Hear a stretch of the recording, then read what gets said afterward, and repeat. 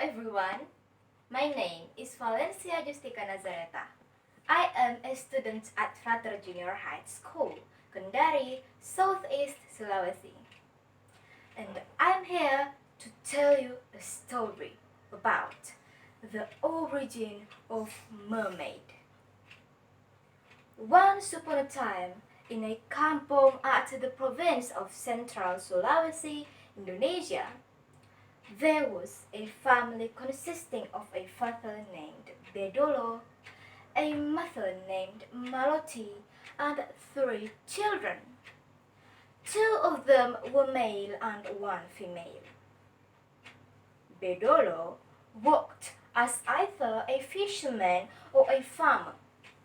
He planted vegetables and tubers while he was not fishing in the sea.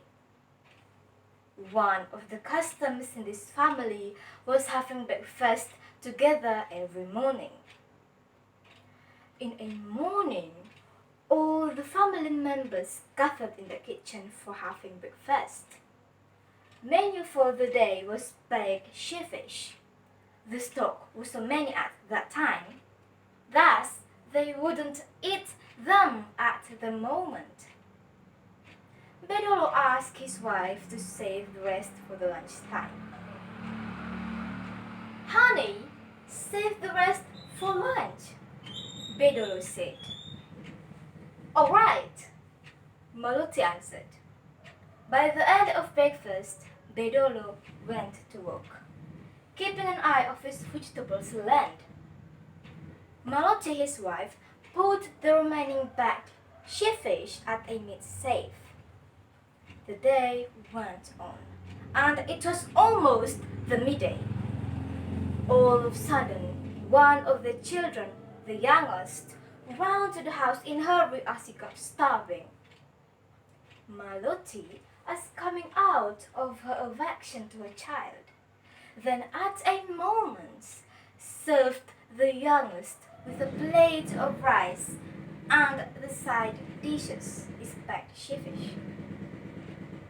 He ate it hungrily. Just in a few minutes, all the rice and the dish were ate away. Then he called his mom to add them all. "Mom, may I add some more? I'm really hungry now." "Okay, but you may only have little. Leave some for the lunch, baby." Hearing his mother's advice, the youngest began crying uncontrollably. Maloti got panicked with this. Hence, she gave all the remaining baked fishes to him. Then he stopped crying. In the mid of the day, Bedolo went home. He was hungry after working half of the day. He got his wife to serve him with some food and drinks. "Honey, would you please serve me some food and a cup of tea?" Bedolo said. With a sneaking feeling, Maloti spoke. "Oh, I'm sorry. Before you went home, our youngest crying out loud, asking for more food. He just stopped crying when he got more food I gave to him. So I gave the remaining dead fishes to him." Bedolo got angry. It's a pity that he didn't want to know any reason. The only thing he wanted at that day was a plate of rice and the side dishes, since he was really hungry. "Really? I've told you to save the rest of baked fishes for lunch. Will you serve them all, leaving any rest for lunch?" Bedolo spat. Maloti was speechless. She didn't know what to do. She could only tear and apologize to her husband, but several times she apologized. Bedolo just blinded over anything she said. She was really sad of this. She couldn't shed her tears anymore. Thus decided to go away from the honey house. I cannot learn to stay here. It just changed a lot just because of that fishes. I have to go, she mumbled while tearing. Malloty tried to scare up some bravery to leave her family. In the mid of a night, when her husband and the children were sleeping, she tiptoed towards the door and went away. Her destination was the nearest beach. When the sun was going to rise, Bedolo and his children woke up from sleep. They gathered in the kitchen, but they didn't see Malloty, who used to prepare the breakfast for them. Bedolo tried to find her wife at the kitchen, but he found nothing. He ordered the children to look around the house as well, but nothing. They found no traces of Malloty. Then they flashed on Bedolo's mind to get the children to find her on the nearest beach. Kids, try to find your mom on the beach. Perhaps she's there now looking for fishes to cook. All right, Dad, we will, the eldest said. Those 3 children went to the nearest beach. While searching for the mother, the youngest one sang a song about his deep yearning of his mother. Along the way to the beach, he sang, "Where are you, Mommy? Where are you, Mommy? I miss you so much here." All of a sudden, when they had reached the beach, Malloty was appeared from afar. They ran quickly to her, helpfully. "Mom, where were you this morning?" the youngest asked. "Now I'm here," she smiled.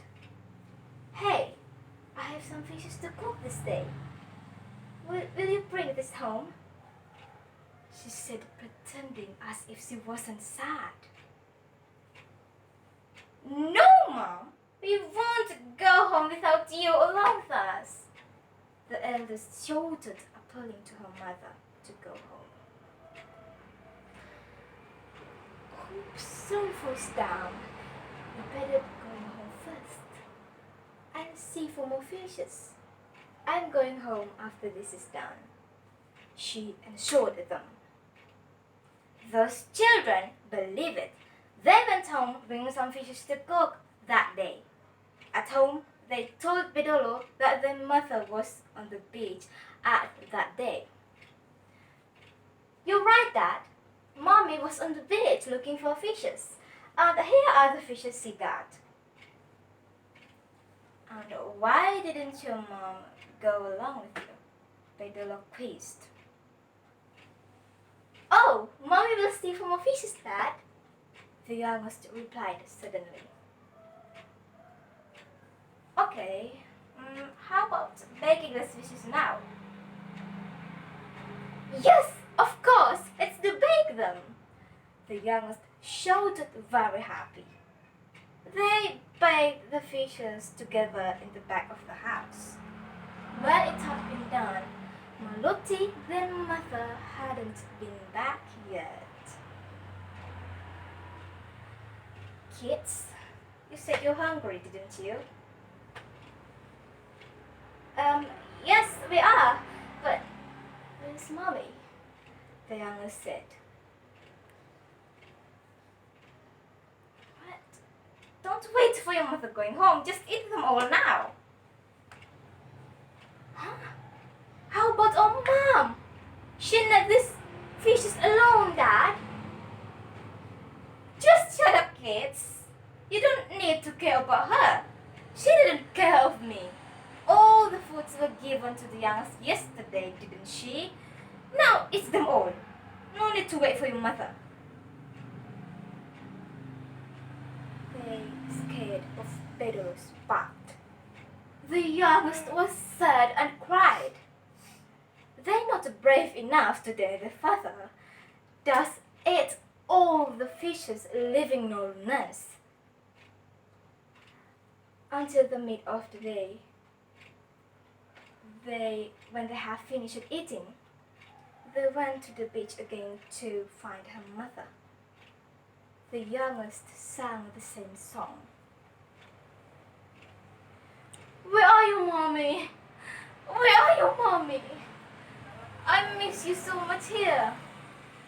All even sang together until the sun was going to set. But Maloti, their mother, didn't appear. They sang more loudly in hope that Maloti, their mother, would hear of it. All of a sudden, Maloti, their mother, appeared from the sea with slightly different physical appearance.